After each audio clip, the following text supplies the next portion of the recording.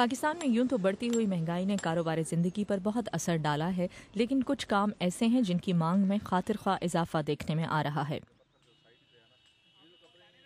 इस्लामाबाद के करीब टैक्सला के इलाके में कब्रों के कतबों पर नक्शो निगार बनाना इन्हीं में से एक है। क्योंकि हम सारा दिन यही काम करते हैं कब्र का, तो ये हम जब सोचते हैं इसको काम करते हैं देखते हैं तो हमारा जहन सब कब्र पर जाता है। यार अगर हम ये काम इस तरह कर रहे हैं, जिस तरह खूबसूरती से हम ये काम कर रहे हैं, अगर इस खूबसूरती से हम अपनी ज़िंदगी भी गुजारें तो हमारी ज़िंदगी अच्छी होगी। कुछ लोग अपने प्यारों की कब्रों पर लगाए जाने वाले इन कतबों की तैयारी पर हज़ारों और कभी तो लाखों रुपए खर्च करते हैं। असल में क्या है कि हमारे मुल्क में आप देख लें एक किस्म का रवाज बन गया है, दस्तूर बन गया है।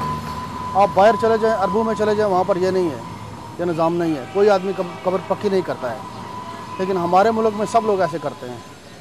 स्याह रंग का पेंट या स्याही इन कतबों की तैयारी में सबसे ज़्यादा इस्तेमाल की जाती है।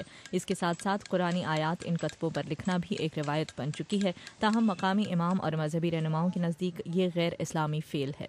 अब देखें कि ये जो है वो वीरान जगहों पे होते हैं। अगर वीरान ना भी हों तो वहाँ पे ये जानवर वगैरह जाते हैं, वो वहाँ पे पेशाब वगैरह करते हैं। उस तरह जो कुरान पाक की आयात वगैरह हैं या दुरूशी वगैरह लिखते हैं या हदीस वगैरह लिखते हैं, तो उनकी तो बेअदबी का जो है ज़्यादा एहतमाल होता है। इस तरह बेअदबी होती है, सवाब की बजाय उल्टा वो जो है वो गुनाह मिलता है।